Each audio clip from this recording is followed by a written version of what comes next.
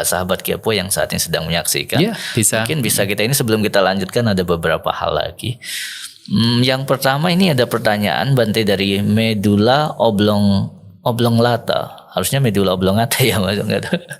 Ini malam Bante berkenaan puasa melihat sejarah lamanya agama Buddha 2600 tahun. Apakah ada kemungkinan kebiasaan uposatha Buddhism ditiru oleh kepercayaan-kepercayaan lain? Jadi setelah dikopi diganti sana sini menjadi versi mereka, Bante. Ya, segala kemungkinan kan bisa terjadi ya, segala kemungkinan gitu kan. Iya. Tetapi itu juga tentu membutuhkan ya semacam riset gitu ya. Kita tidak bisa kemudian memberikan sebuah kesimpulan tanpa kita membuat penyelidikan lebih lanjut secara barangkali akademis, berbagai macam bukti dan data juga harus dikumpulkan gitu kan. Benar. Itu penting kan? Karena kalau kita mengatakan oh pasti itu nanti kita salah ya. Tetapi namanya katakan absorb dari kepercayaan, dari tradisi lain itu kan sesuatu yang sebenarnya hal yang bisa terjadi.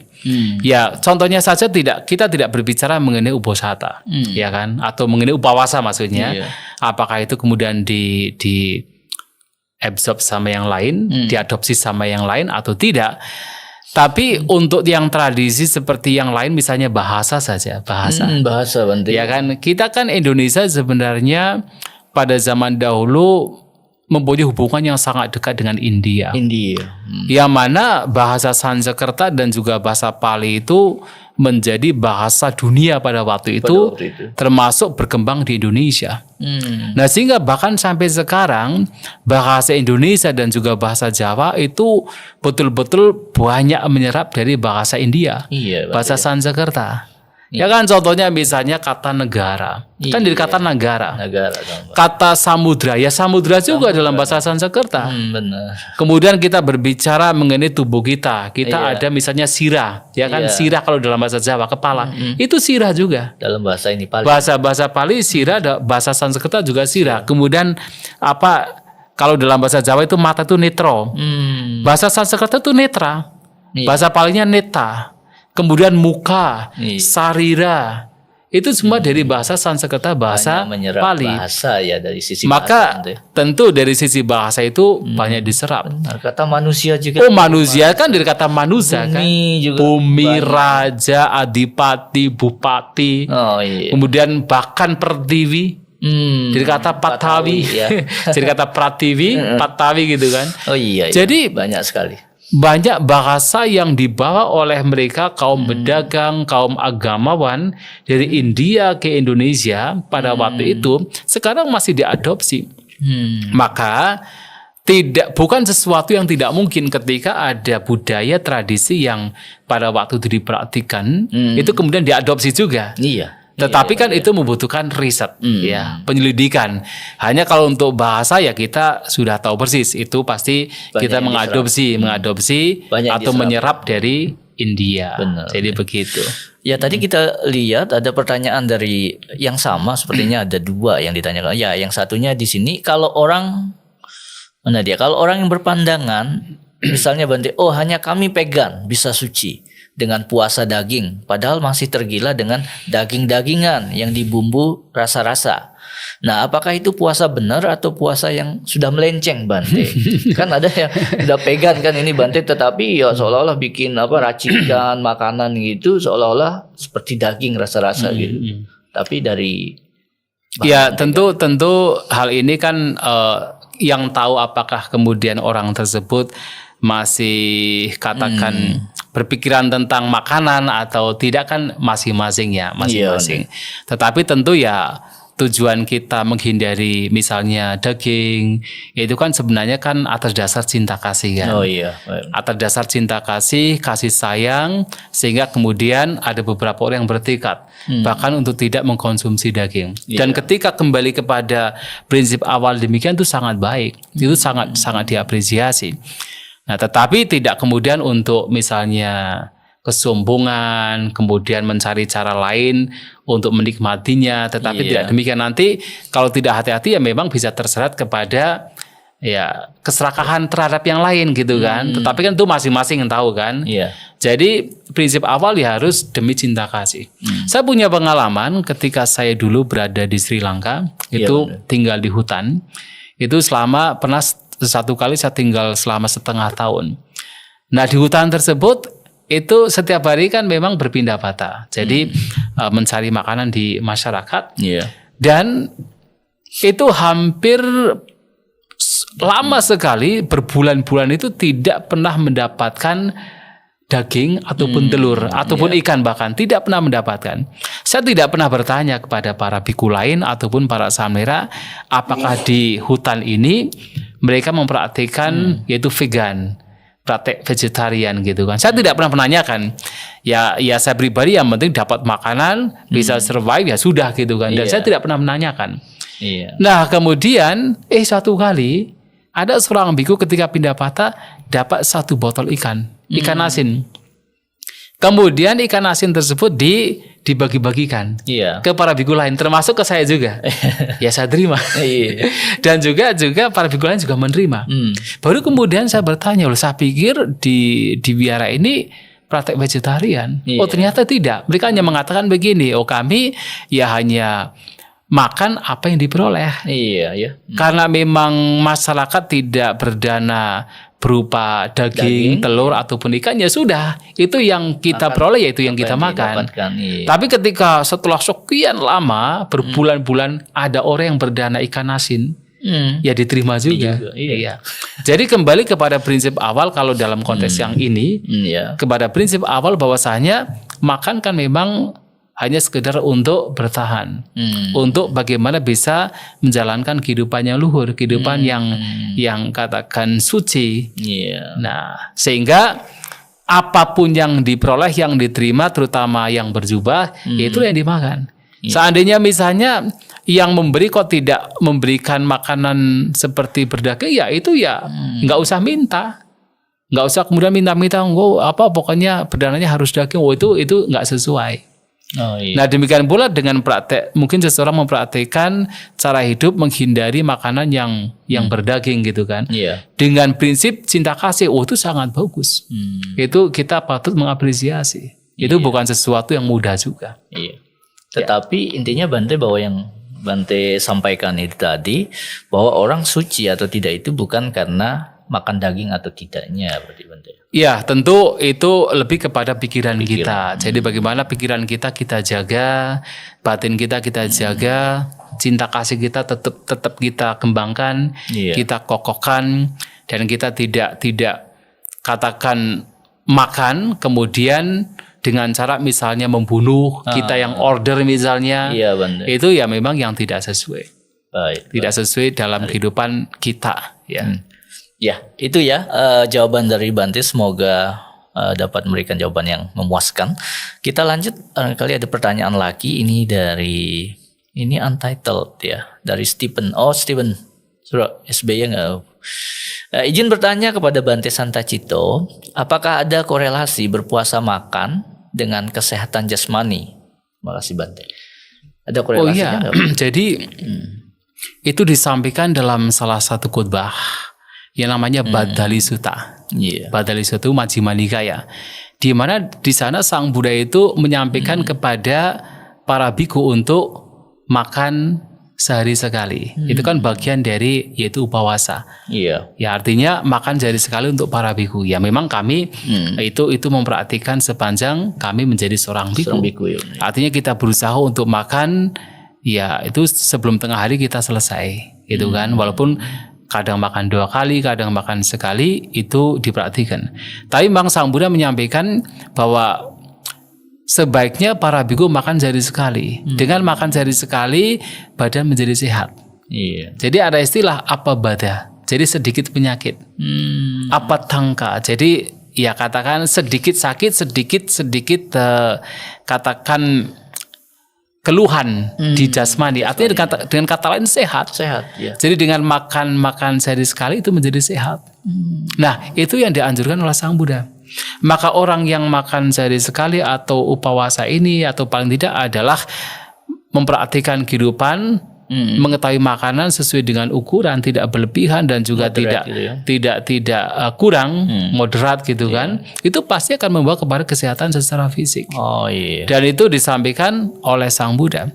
Bahkan ada satu cerita, walaupun dalam cerita ini tidak berbicara tentang harus makan sebelum tengah hari kan, tapi cerita mengenai seseorang yang yaitu seorang raja, itu bernama Raja Pasenadi, yang menjadi raja di Kosala. Itu kerajaan sangat besar pada waktu itu. Nah, dia datang pada Sang Buddha dengan badan yang gemuk. Kemudian ketika mendengarkan wejangan Sang Buddha, terkantuk-kantuk. Terkantuk-kantuk. Kemudian dinasihati oleh Sang Buddha. Yang kemudian nasihat tersebut diberikan kepada pengikutnya Raja Pasenadi ini. Yang mana dalam nasihat tersebut adalah nasihat tentang bagaimana seseorang itu hendaknya mengetahui ukuran makan di dalam makan gitu. Nah, itu diminta oleh Raja Pasenadi, pokoknya setiap kali dia makan dan ketika belum selesai itu syair yang diberikan Sang Buddha dibacakan oleh si pengikutnya ini, punggawa kerajaan gitu kan. Nah, karena apa? Raja Pasenadi ini kan memang punya keyakinan yang kuat sekali dengan Sang Buddha.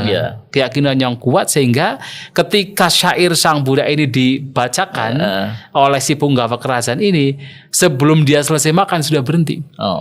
Mengingatkan kembali untuk tidak makan secara berlebihan. Nah, setelah beberapa saat Raja Pasenadi datang lagi kepada Sang Buddha. Jadi dia datang dan berterima kasih. Terima kasihnya adalah ternyata Sang Buddha tidak hanya mengajarkan untuk kesehatan batin, bahkan kesehatan fisik. Sekarang Raja Pasenadi fisiknya menjadi lebih kuat, menjadi lebih langsing. Sehat. Lebih sehat, lebih langsing. Itu karena apa? Karena dia makan sesuai dengan ukurannya. Tidak berlebihan, juga tidak kurang. Artinya kalau kita memperhatikan upawasa, tidak makan setelah tengah hari, itu juga membantu kesehatan secara jasmania. Ya. Baik, jadi memang sangat berhubungan ya korelasinya antara puasa dengan kesehatan jasmani. Kalau yang disampaikan Bante sesuai dengan anjuran dari Sang Buddha ya memang harusnya mengetahui ya ukuran atau porsi makannya supaya tidak berlebihan. Betul. Ya, supaya kadang kita juga Bante kalau sudah setelah makan kemudian makannya kebanyakan ya setelahnya itu ya bawaannya ngantuk Bante. Betul sekali. Tidur dan kalau sudah tidur mungkin itu juga menjadi ya bisa menjadi penyakit juga Bante. Betul, ya. Itu, ya. Baik, kemudian masih ada pertanyaan lagi ini Bante dari Hengki. Namo Buddhaya. Ini Hengki dari Pekanbaru sebenarnya ini sudah di. Nah, mau tanya kalau misalnya kita menjalankan 8 sila, ada yang terlanggar 1 sila, misalnya nonton hiburan karena tempat umum atau karena kurang sati. Latihan sila tersebut tetap dilanjutkan atau bagaimana Bante? Iya, tadi mungkin sudah sedikit disinggung ya. Sedikit disinggung tadi. Nah, tapi begini, jadi ketika memperhatikan 8 aturan kemoralan, kemudian misalnya nih suatu saat kemudian datang ke suatu tempat, kemudian tiba-tiba di sana sudah ada hiburan. Iya. Ya kalau dia tidak kemudian ikut joget-joget, hanya sekedar lewat saja karena memang sudah ada di situ, itu bukan pelanggaran. Bukan pelanggaran. Tapi kalau kemudian ikut joget-joget, ikut nyanyi-nyanyi, ikut menikmati, ikut mendengarkan dengan seksama dan dinikmati, itu yang kemudian tidak menjadi perfect. Artinya apa yang dipraktikkan ini tidak menjadi perfect, ya tidak menjadi sempurna gitu kan. Tapi kalau hanya sekedar pada waktu itu kok sudah ada orang nyanyi-nyanyi, kemudian sekedar lewat, itu kan bukan salah dia. Tidak mungkin kan kemudian kita ini memperhatikan upawasa ini dan mentang-mentang kita itu tidak mendengarkan lagu atau musik, kemudian ada orang main musik kita marah-marah ke sana kan? Ya tidak demikian kan? Atau kemudian kita memperhatikan 8, maksudnya tidak makan setelah tengah hari, kalau lihat orang makan setelah tengah hari di depan kita marah-marah gitu, nggak menghormati saya gitu kan? Ya tidak demikian kan? Iya benar. Ya, kita tidak bisa mengubah apa yang ada di luar. Nah kalau itu terjadi ya itu bukan kesalahan kita, karena memang sudah ada di situ kan. Artinya tetap masih bisa dilanjutkan. Tetap itu dilanjutkan. Iya. Tapi kalau kemudian sudah menikmatinya dengan seksama betul-betul, justru sengaja ini. Ketika ada hiburan sengaja untuk kemudian didengarkan, kemudian dinikmati, apalagi joget-joget gitu kan. Artinya apa yang dilatih pada waktu itu tidak perfect. Tapi apakah kemudian Stop. yang lainnya itu masih dilanjutkan? Ya baik, Tetap dilanjutkan, dilanjutkan, tetap ya. dilanjutkan. Iya. Jadi walaupun tidak perfect menjadi 8, tetapi yang lainnya tetap Ya, dilanjutkan. karena di sini di praktik upawasa dalam agama Buddha ini tidak disebut sebagai batal gitu ya. Ketika Iya, tidak, misalnya tidak. Salah satunya misalnya kita langgar gitu ya Bante ya. Iya, tetap tetap masih bisa dilanjutkan, ya. Karena yang lain kan baik. Baik, iya. Tidak mungkin kemudian misalnya hanya gara-gara misalnya tadi menikmati hiburan, kemudian merasa gagal, ya sudah sekarang nggak usah praktek 8 sila, kemudian ada jangkrik kemudian dibunuh misalnya, ada nyamuk dibunuh, ya itu tidak baik kan. Tidak baik juga. Tapi kalau kemudian tetap melanjutkan yang lainnya, bahkan setelah dia nyadar kalau ternyata bermain musik atau bernyanyi dan dia stop dan kemudian melanjutkan lagi untuk menahan diri untuk tidak bernyanyi, itu kan baik sekali, ya. sangat baik. Jadi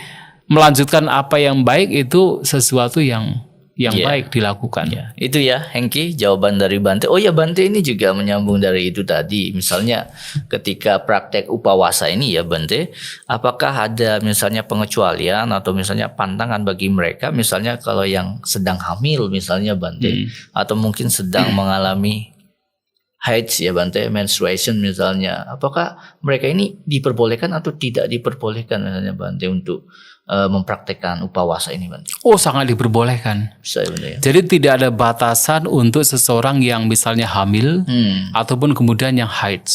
Mereka sangat diperbolehkan untuk mempraktikkan upawasa. Justru seperti tadi kan cerita mengenai ibunda dari Maya Pangeran itu ya, Siddhartha, Ratu Maya kan, bahkan beliau bertekad ketika mengandung Siddhartha itu betul-betul mempraktikkan upawasa atau pusata, praktek upawasa gitu kan. Jadi mempraktikkan aturan-aturan yang memang salah satunya tidak melakukan hubungan seksual, kemudian tidak makan setelah tengah hari, itu dilakukan oleh bahkan Ratu Maya gitu kan. Tetapi tentu untuk sekarang barangkali kita tidak tahu ya, walaupun tidak dilarang, tetapi kan masing-masing orang kan mempunyai, katakan apalagi orang hamil gitu kan, kan juga harus konsultasi juga dengan dokter gitu kan, apakah cara demikian tidak membahayakan janin yang dikandungnya atau tidak gitu kan juga harus dipertanyakan. Benar. Mungkin kondisi satu orang dengan lainnya itu bisa berbeda, sehingga hal tersebut juga harus hati-hati. Tapi saya kira kalau untuk orang haid gitu ya, itu nggak ada masalah. Bisa mempraktikkan 8 sila luar biasa. Tetapi khusus orang sakit loh. Nah kalau untuk orang sakit itu ada pengecualian, terutama adalah yang makan tadi, menahan makan itu. Ya, jadi walaupun orang mempraktikkan 8 aturan kemoralan, ternyata suatu kali dia sakit dan dia harus mengkonsumsi makanan setelah tengah hari, diperbolehkan. Diperbolehkan juga, Bang. Tidak melanggar. Tidak ada berarti istilahnya ini ya. Tidak melanggar atau itu tidak diperbolehkan. Seperti kami para biku juga diperbolehkan. Seandainya kita memang sakit dan membutuhkan nutrisi, dan itu diperbolehkan bahkan setelah tengah hari. Tidak masalah. Maka kita tidak makan setelah tengah hari kecuali sakit. Tapi bukan sakitnya sakit lapar loh ya. Kalau nanti alasannya kan saya sakit lapar gitu ya, itu sama saja bohong gitu ya. Tidak itu maksudnya. Baik, coba Bante kita lihat lagi, siapa tahu masih ada pertanyaan di kolom chat YouTube STAB. Tadi dari Hengki. Oh, ini pertanyaan selanjutnya dari Hengki juga Bante. Bante, pertanyaan selanjutnya, apa hal ini melanggar saat uposatha sila, misalnya tidur di tempat AC, mendengar lagu Buddhis? Juga maaf kalau di Mahayana kan ada ritual menggunakan alat-alat seperti tambur dan lain-lain Bante. Iya, kalau tidur di tempat AC ya bukan pelanggaran lah ya. Apalagi tempatnya panas gitu ya. Di Jakarta. Ya, itu tempatnya panas itu. Kemudian menggunakan AC supaya lebih nyaman, tapi bukan untuk sekedar entertainment gitu kan. Tapi kan untuk kenyamanan yang sifatnya wajar gitu ya. Itu tidak masalah. Kemudian kalau di tradisi lain kan ada tambur sebagai ritual. Itu kan itu bukan untuk musik-musik biasa kan, bukan untuk bersenang-senang, itu semacam kan ritual upacara yang itu malahan bernuansa spiritual gitu kan. Yaitu bukan bukan yang dimaksud berkenaan dengan mendengarkan musik gitu kan. Untuk lagu Buddhis misalnya gitu kan. Untuk lagu Buddhis memang harus hati-hati juga ya. Walaupun itu adalah lagu-lagu yang mungkin bisa memotivasi, tetapi untuk di hari Uposatha ya sebaiknya itu dihindari. Kalau ini menurut saya pribadi. Kita bisa bertanya kepada mereka para senior barangkali punya pandangan berbeda. Tetapi untuk saya pribadi lebih baik untuk hari Uposatha itu jangan dihindari untuk atau katakan di praktek upuasa itu. Karena ada kalanya mungkin juga bukan termotivasi oleh syair-syair lirik lagunya tetapi malah musiknya diikuti gitu kan. Akhirnya terbawa oleh musik. Terbawa kemudian nangis sampai gitu kan. Nah, itu yang menjadi bahaya. Benar juga Bante ya. Betul. Iya. Itu ya jawaban dari Bante terkait pertanyaannya tadi. Kemudian dari Darpina ini dari Balikpapan Bante. Wah, ini jauh sekali ya. Nah, Namo Buddhaya Bante.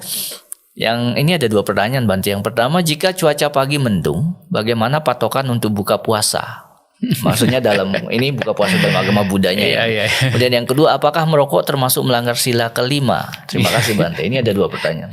Kalau mendung atau tinggal di tempat yang gelap ya. Iya, kan kita ada jam ya Bante. Iya, kita kan bisa melihat keseharian sebelumnya gitu kan. Kira-kira kalau di tempat ini di jam sekian biasanya sudah cerah atau belum? Kita tahu lah. Walaupun misalnya di hari tertentu misalnya mendung atau gelap gitu. Apalagi kena gerhana bulan atau gerhana matahari gitu kan gelap. Ya itu tetapi kita bisa belajar dari hari-hari yang sebelumnya. Kira-kira di hari sebelumnya itu di jam sekian itu sudah terang atau belum? Benar. Ya, garis tangan kita atau dedaunan sudah kelihatan atau belum? Kita bisa menggunakan patokan tersebut. Ya, jadi demikian ya. Kemudian tadi untuk yang kedua tadi apa ya? Yang kedua tadi itu berkenaan dengan ini ya sama Nera, merokok. Merokok ya, kalau merokok melanggar sila kelima atau bagaimana? Ya ini menjadi sebuah kontroversi ya merokok. Memang merokok sih memang tidak melanggar 5 aturan kemoralan karena tidak disebutkan kan, tidak disebutkan. Iya, karena yang disebutkan kan hanya di sana suramiraya, minuman keras yang menyebabkan pamada, lemahnya kesadaran. Tapi kemudian kan banyak sekarang yang bisa melemahkan kesadaran, bahkan lebih tingkat intensitasnya lebih serius, misalnya drug, narkotik gitu, ganja. Di rokoknya itu dimasukkan ini misalnya kayak narkotik. Betul gitu. Itu kan melibatkan intensitas melemahkan kesadaran itu sangat lebih kuat daripada suramiraya atau minuman keras. Itu tentu tidak diperbolehkan. Sehingga kalau di sini yang dimaksud adalah merokok ganja, yaitu tidak diperbolehkan. Ya, tetapi kalau misalnya merokok yang lainnya memang tidak pernah disebutkan ya, apakah melanggar atau tidak. Sehingga mohon maaf, di tradisi maksudnya di negara tertentu itu bahkan ada beberapa yang diperbolehkan untuk merokok. Tapi kan bukan ganja, itu rokok biasa. Rokok biasa saja. Hanya saja kalau di Indonesia kita punya tradisi untuk tidak melakukan. Ya. Karena tidak wajar juga. Benar Bante ya. Di praktek Uposatha kemudian merokok. Apalagi kita ini kan tidak wajar. Itu saja sih. Ya, itu jawaban dari Bante atas 2 pertanyaan yang diajukan tadi. Kemudian lanjut Bante ini dari Chelsea Tan. Namo Buddhaya Pak, saya mau nanya kepada biku. Berbentuk makhluk-makhluk para dewa di alam dewa Catu Maharajika. 4 dewa penguasa. Konon juga ada dewa naga. Apakah ada bentuk yang bermacam-macam, Bante? Mohon penjelasannya. Maksudnya dewa-dewa yang ada di alam Catu Maharajika itu macam-macamnya. Iya, jadi kan tadi sudah benar bahwa Catu Maharajika kan 4 raja besar, 4 dewa penguasa besar yang dekat dengan alam manusia, kan? Termasuk Buma Dewata atau dewa di alam manusia, sekitaran kita kan bumi ini. Yang mana ada 4 jenis. Yang satu adalah naga. Naga itu kan yang berupa ular gitu. Tetapi itu dewa. Termasuk dewa naga. Mungkin kalau di Indonesia kan ada Nyi Blorong, Nah gitu ya.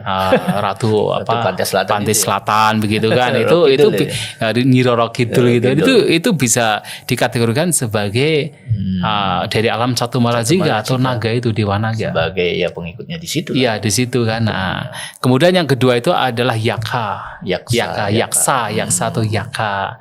Kemudian yang ketiga itu adalah Kumbanda. Kumbanda. Kumbanda. Dan yang keempat adalah Gandaba.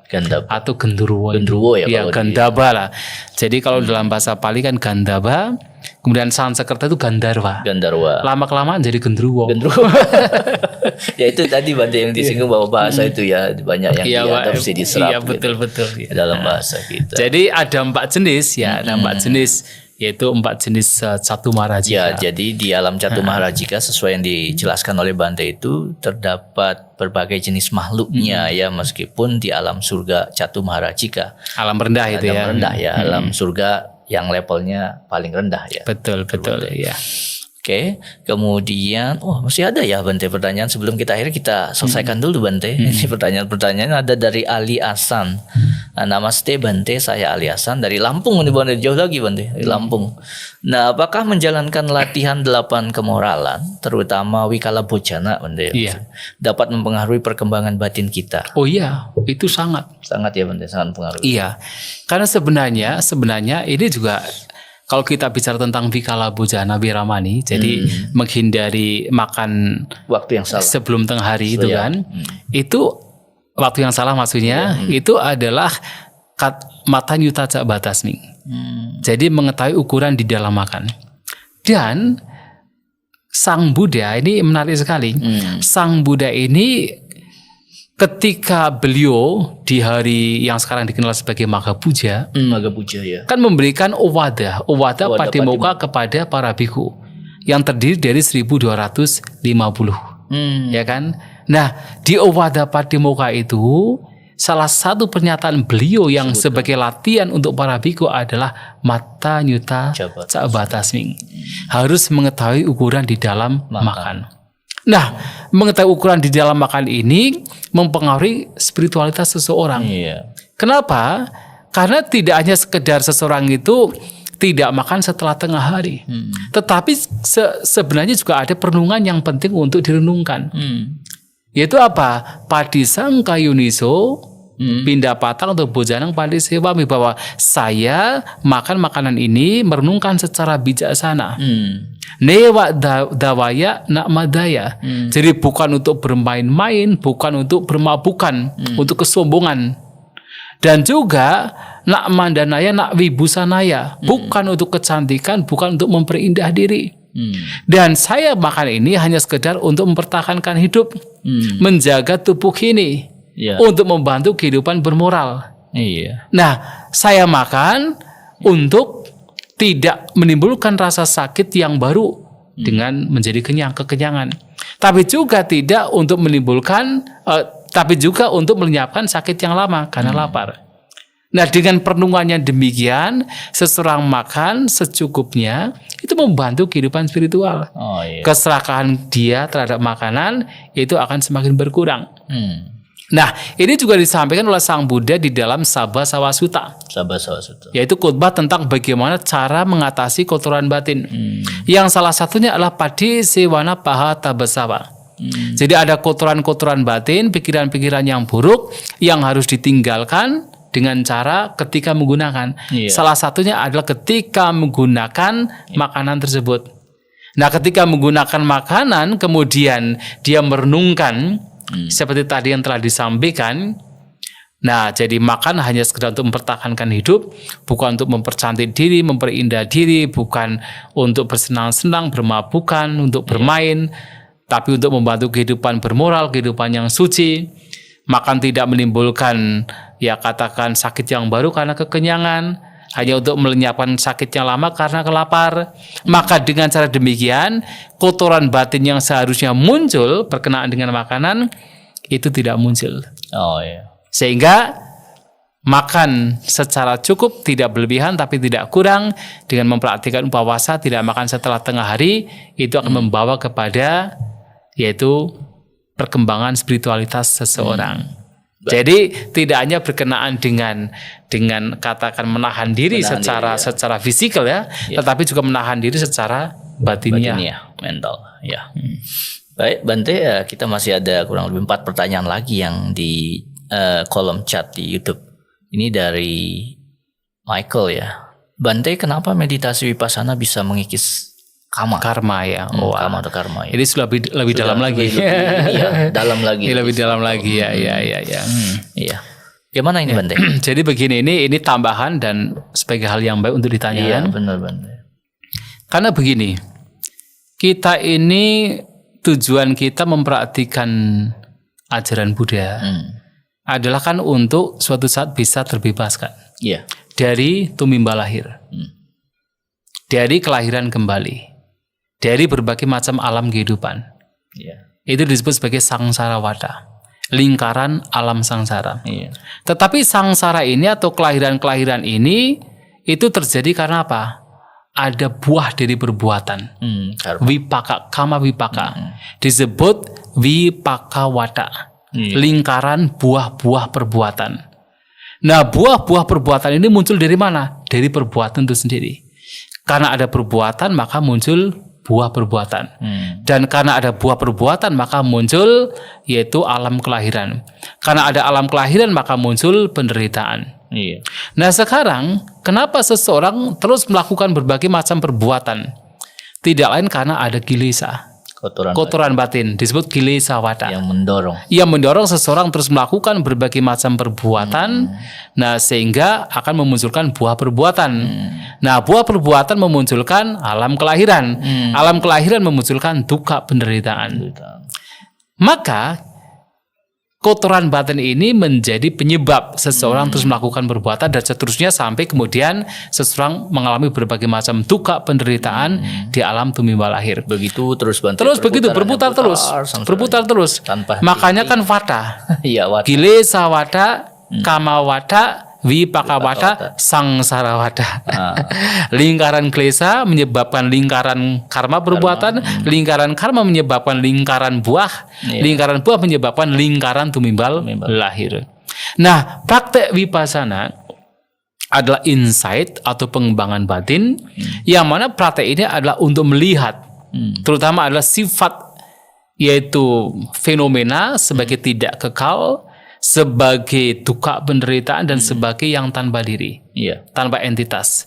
Yang mana praktek ini yang melihat, kalau kita menggunakan istilah Buddhis, anicca, dukkha, dan anatta, akan membawa seseorang untuk memiliki nibbida. Nibbida itu adalah ketidaktertarikan, disenchanted. Terhadap apa yang biasanya membuat seseorang tertarik. Ketika seseorang itu disenchanted atau tidak tertarik dengan apapun hal yang selama ini membuat dia tertarik dan melakukan berbagai macam perbuatan, maka orang tersebut akan memiliki viraga, yaitu tanpa nafsu. Dan ketika nafsu hilang, maka tidak ada kelekatan sama sekali. Disitulah akhir dari duka, penderitaan.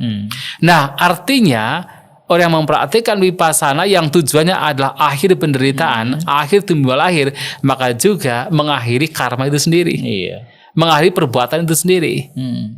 Dan menarik lagi adalah Sang Buddha menyampaikan begini, ada perbuatan yang membawa kepada kebahagiaan, ada perbuatan yang membawa kepada penderitaan, ada perbuatan yang membawa kepada kebahagiaan dan penderitaan, tapi juga ada perbuatan yang membawa kepada hancurnya perbuatan itu sendiri. Kamang kamak kayang sangwatati.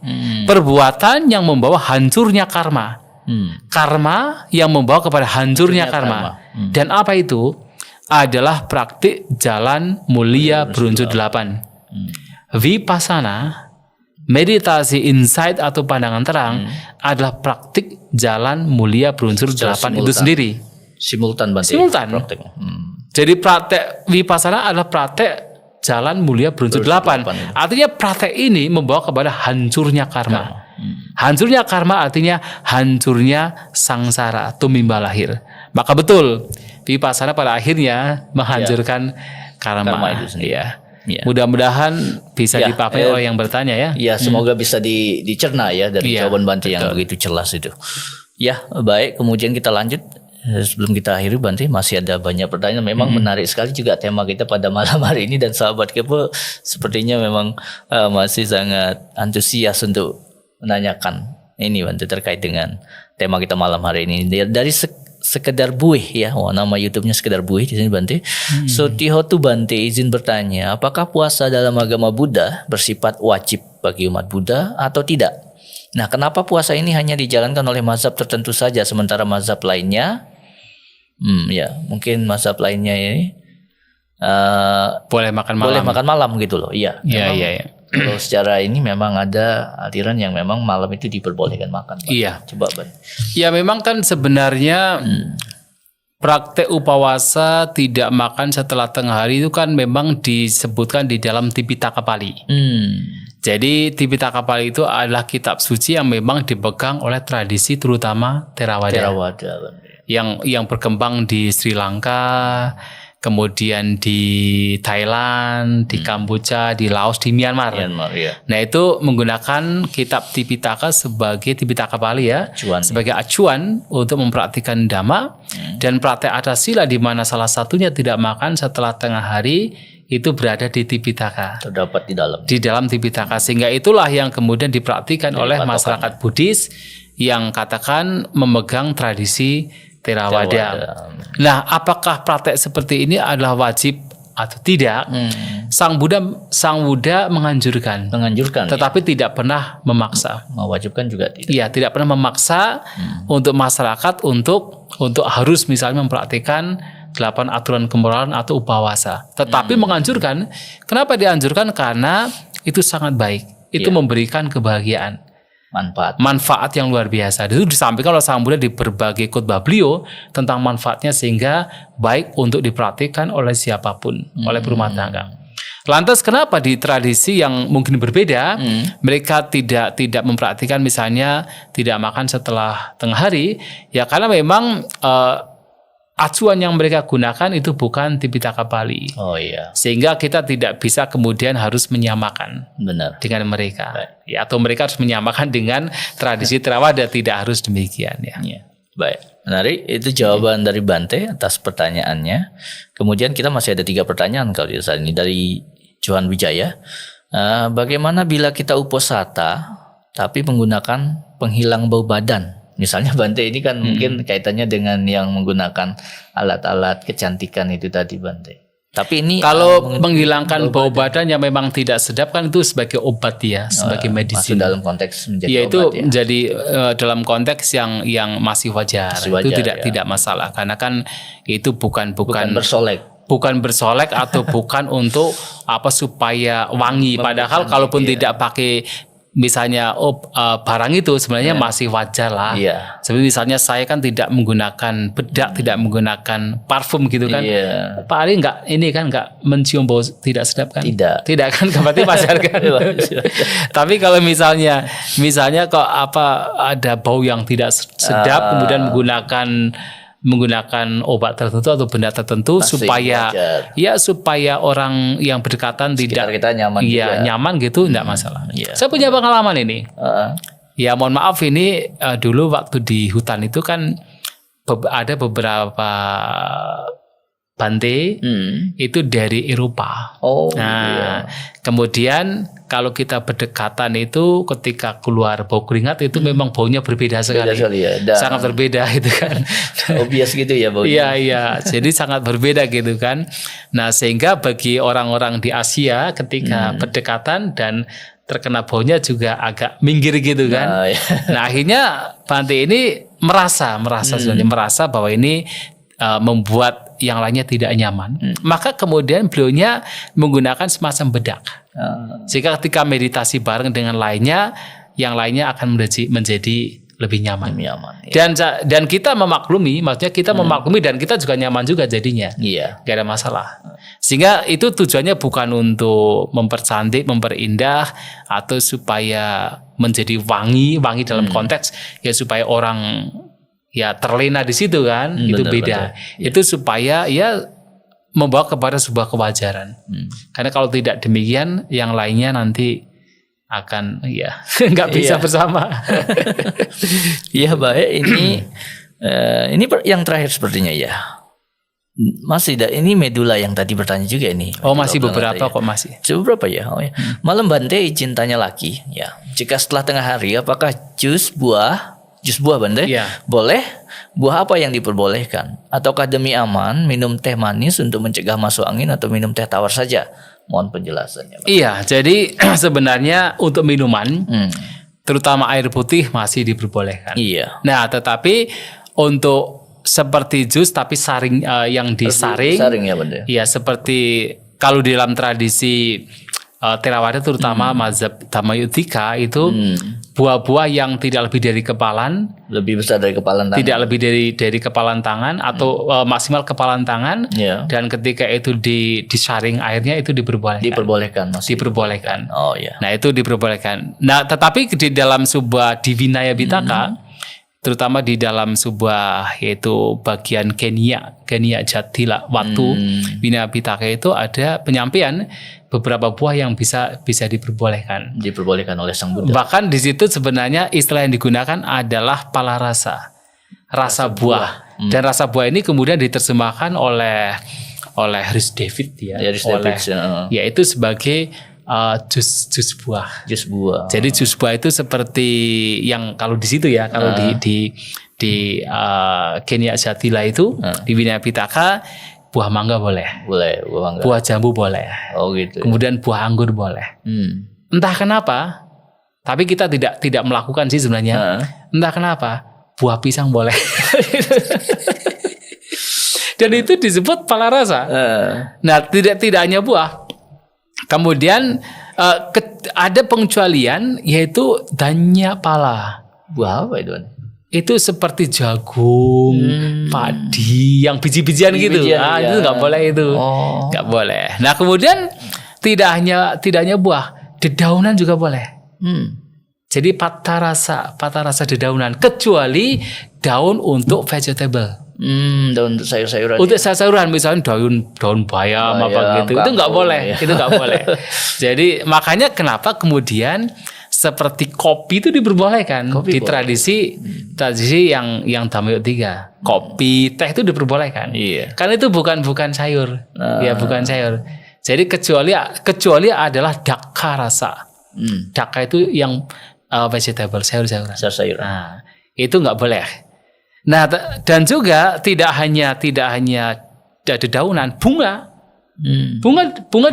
diperbolehkan. Tapi kecuali ada bunga namanya maduka pupa. Itu nggak tahu itu maduka pupa itu bunga seperti apa. Tetapi maduka sendiri kan sebenarnya mengacu kepada kayak madu begitu ya. Iya, madu. Saya tidak tahu itu bunga apa, tetapi bunga yang lain diperbolehkan. Makanya kan seperti kadang-kadang kita mendapatkan dari umat bunga yang sudah dikeringkan, yang kemudian digunakan seperti teh. Kayak krisan. Nah, krisan itu kan, krisan flower itu kan, ya itu diperbolehkan. Diperbolehkan. Ya. Dan kemudian yang lagi diperbolehkan adalah yaitu ucu rasa itu itu adalah tebu. Nah, air tebu ya. Air tebu juga diperbolehkan untuk diminum setelah tengah hari. Jadi memang ada beberapa yang diperbolehkan. Tapi ingat begini, sekarang kan juga seperti gula aren diperbolehkan kan, gula aren diperbolehkan. Tapi kita harus kembali kepada prinsip awal. Iya. Prinsip awalnya adalah kita makan atau minum sesuai dengan kebutuhan. Jangan kemudian mentang-mentang misalnya nih gula aren diperbolehkan. Setelah hari kemudian bawa gula aren sebesar gini terus dimakan tiap hari sampai sore. Iya. Itu kan tidak sesuai juga kan? Iya. Itu kan prinsipnya. Itu artinya apa? Itu nanti jadi gopala kasih. Iya. Jadi apa? Mikirnya makan doang gitu kan, nggak sesuai. Iya. Ya walaupun ada sesuatu yang diperbolehkan, tetapi itu masih dalam lingkup di mana kewajaran, batas kewajaran. Tapi yang padat-padat seperti kue apa itu jelas nggak boleh. Iya. Iya. Jadi itu jawaban dari Bante. Jadi ada beberapa jenis minuman yang memang masih diperbolehkan, khususnya di jus ya, dibuat jus. Gitu. Teh manis boleh. Boleh. Teh manis boleh. Teh tawar apalagi. Kemudian ini dari Chelsea, dan mohon penjelasan lagi Bante, apabila manusia terlahir ke alam Catu Maharajika, akan berbentuk apa. Ya, apakah ada perbedaan bentuk dalam satu alam atau ada beberapa alam yang termasuk itu? Oh iya kan memang banyak bentuk toh. Iya, kalau seperti yang satu Marasi kan ada 4 ya. Ada 4 jenis dewa raja. 4 itu raja besar dengan para pengikutnya gitu kan. Jadi kalau naga ya seperti naga. Para naga ya tentunya. Para naga. Kalau para gendruwo ya para gendruwo. Gendruwo gitu Gandaba. Tetapi Gandaba. ingat loh, ada sedikit perbedaan loh. Jadi kalau Gandaba itu kan Gandharwa, kemudian lama-kelamaan kan diadopsi menjadi Gendruwo kan. Tapi kalau di Jawa itu istilah Gendruwo kan mengacu kepada makhluk yang memiliki wajah yang menyeramkan gitu kan. Menakutkan. Tetapi kalau Gandaba atau Gandharwa yang dalam konteks tradisi Catumaracika, India itu justru malahan makhluk-makhluk yang mereka itu tampan-tampan dan mereka adalah pandai memainkan musik. Para Gandaba ini atau Gandharwa ini pandai memainkan musik. Itu diceritakan di banyak tempat. Mereka pandai memainkan musik. Justru yang kadang memiliki wajah yang tidak menyenangkan atau menyeramkan itu Yaka. Yaka itu. Misalnya di zaman Sang Buddha ada namanya Yaka, Alawaka dan Suciloma. Nah, Yaka Suciloma itu kenapa disebut Suciloma? Karena bulu rambutnya itu seperti jarum. Jadi suci itu jarum. Loma itu adalah bulu rambut seperti jarum. Maka kemudian disebut Suciloma. Itu menyeramkan. Kumbana juga itu menyeramkan. Kumbanda itu. Nah, tetapi untuk Gandaba itu justru tidak. Malah dia yang suka bermain musik. Musik gitu kan. Mungkin orang yang umumnya mungkin yang disebut sebagai dewa musik ya. Maksudnya kadang mungkin, membawa suling, itu seperti bawa itu. kecapinya, kayak model-model begitu ya. Tapi berbeda-beda ya. Akan berbeda lagi ketika mereka terlahir di alam yang lain, surga yang lain lebih tinggi itu akan sifatnya mereka akan lebih menarik sekali. Makanya kan salah satu contoh ini cerita mengenai Pangeran Nanda ya. Dengar kan? Iya benar. Pangeran Nanda bukan sepupunya, adiknya dari Sang Buddha. Adiknya Sang Buddha ya. Ketika dia itu menjadi seorang biku karena memang awalnya kan tidak niat kan hanya hormat saja kepada Sang Buddha kan, ikut saja gitu kan. Nah, kemudian dia teringat dengan istrinya terus. Karena istrinya itu adalah cantik sekali, tercantik di kerajaan Kapilawastu. Namanya Janapada Kalyani. Maka dia kemudian teringat terus dengan istrinya. Akhirnya apa? Ingin lepas jubah. Mau balik saja. Mau balik untuk tidak menjadi biku. Itulah kemudian Sang Buddha dengan kekuatan kesaktiannya membawa Nanda Bante Nanda ke jalan-jalan ke alam surga, ke alam Tawatingsa ya. Nah, di tengah perjalanan kemudian diperlihatkan seekor monyet yang tua, yang kurus, yang giginya sudah ompong. Nah, kemudian sesampai di alam surga diperlihatkan para bidadari. Yang kecantikan. Cantik sekali kan, cantik sekali. Kemudian ditanya oleh Sang Buddha kepada Nanda ini, mana yang lebih cantik, istrimu atau para bidadari ini? Nah, apa jawaban dari Bante Nanda? Wah, kalau saya bandingkan, istri saya itu seperti monyet tadi yang tua, yang kurus itu, yang lusuh itu. Sedangkan para bidadari nggak ada tandingannya. Wah, nah, padahal istrinya itu yang tercantik di Kapilawastu, di kerajaan. Mungkin sekarang kayak Miss Universe begitu. Nah, tetapi kemudian dianggap seperti monyet yang tua tadi. Artinya kecantikan dari mereka para dewa itu tanpa tanding, sangat cantik. Nah, tentu para dewanya juga sangat tampan gitu kan. Maka ya itu menjadi hal keberuntungan. Menarik sekali Bante. Kalau kita kaitkan dengan tema kita malam hari ini, bahwa sebetulnya ya seperti dijelaskan juga oleh Bante di awal tadi, manfaat dari praktek dari upawasa ini Bante itu ya sangat memungkinkan untuk dapat terlahir kembali di alam surga di kehidupan selanjutnya. Nah, itu tadi. Ya kalau bisa terlahir di alam surga dengan wajah yang sangat tampan, kalau untuk yang dewa ya Bante, kalau untuk yang perempuannya mungkin sangat cantik seperti itu Bante. Dan mereka memiliki kebahagiaan yang sangat luar biasa yang tidak bisa diukur dengan kebahagiaan manusia. Sekarang kan kita selalu mengukur kebahagiaan alam surga dengan kebahagiaan manusia kan. Tapi padahal tidak bisa.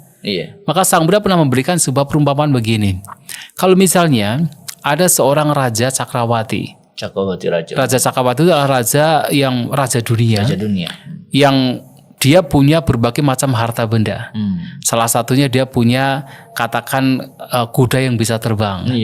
Nah, setiap pagi dia akan menaiki kuda tersebut mengelilingi dunia gitu kan. Nah, dia bahagia dengan hal tersebut. Kemudian memiliki gajah terbang. Bahkan istri dari Raja Cakrawati itu juga cantik sekali. Iya. Karena saking cantiknya, bahkan yang keluar dari mulutnya saja itu bukan bau busuk. Itu bau bunga teratai. Nggak perlu parfum, nggak perlu apa namanya itu. Sudah wangi. Nggak perlu semprotan gitu kan. Itu sudah keluar bau bunga teratai. Itu istri Raja Cakrawati dan itu alami. Kemudian ditanya, Samudra bertanya kepada para biku, apakah dengan Raja Cakrawati memiliki hal ini dia bahagia? Oh, pasti bahagia. Kan begitu kan? Iya. Pasti bahagia. Nah, kemudian Sang Buddha mengambil kerikil dan bertanya, mana yang lebih besar? Kerikil ini atau Gunung Himalaya? Mereka ya mengatakan ya jelas kerikil yang di tangan Sang Buddha tidak ada bandingannya dengan Gunung Himalaya. Pernah kan lihat Gunung Himalaya? Ya, di video ya. Saya pernah ke sana, jadi besar sekali. Nah sampai kemudian mengatakan seperti halnya kerikil ini, inilah kebahagiaan dari Raja Cakrawati. Iya. Sedangkan kebahagiaan ketika telah di dalam surga seperti Gunung Himalaya. Gunung itu. Artinya nggak bisa dibandingkan kebahagiaan yang telah di alam dewa alam surga. Nah, sehingga dengan praktek uposatha ini memang salah satu manfaatnya adalah demikian. Iya, menarik sekali. Ya, ini satu terakhir ya, Bante, pertanyaan. Iya, baik. Yang ada di kolom YouTube. Di mana dia ini? Itu. Mohon penjelasannya lagi, Bante. Apabila kita sudah komitmen pelatihan 8 kemoralan tersebut pada hari-hari uposatha, namun karena sebagai pekerja kita menggantinya pada hari lain, terutama hari libur atau hari Minggu, Bante. Boleh ya, Bante? Oh, sangat boleh ya. Jadi kan memang kan anjurannya di hari uposatha gitu kan, untuk membuat kita tuh lebih mudah mengingat gitu kan. Iya. Jadi sebenarnya tujuan kita mempraktikkan di hari uposatha kan itu mudah kita ingat. Mudah diingat. Oh, ini adalah bulan purnama. Oh, ini adalah bulan gelap. Oh, ini adalah pertengahan gitu kan. Jadi kan mudah ingat kan.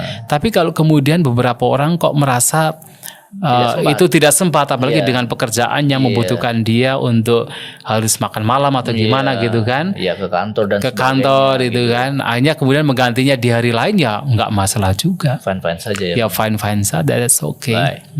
Ya, itu jadi sesi kita pada malam hari ini dengan tema praktik puasa dalam agama Buddha sudah sangat jelas disampaikan oleh Bante Santacito, dan semoga kita semua mendapatkan manfaat dari pemaparan beliau pada malam hari ini, dan mari kita menyempatkan waktu kita nanti untuk praktek ya, Bante, praktek secara langsung puasa itu tadi atau puasa itu sehingga kita juga mendapatkan manfaatnya seperti yang disampaikan oleh Bante Santacito tadi.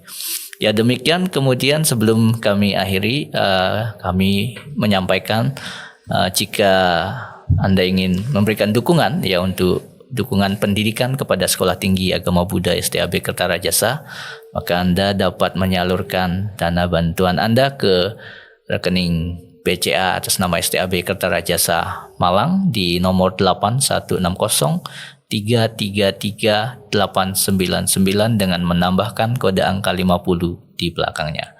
Sedangkan untuk konfirmasi nanti Anda bisa konfirmasi pada nomor yang tertera di nomor ofisial STAB Kertarajasa.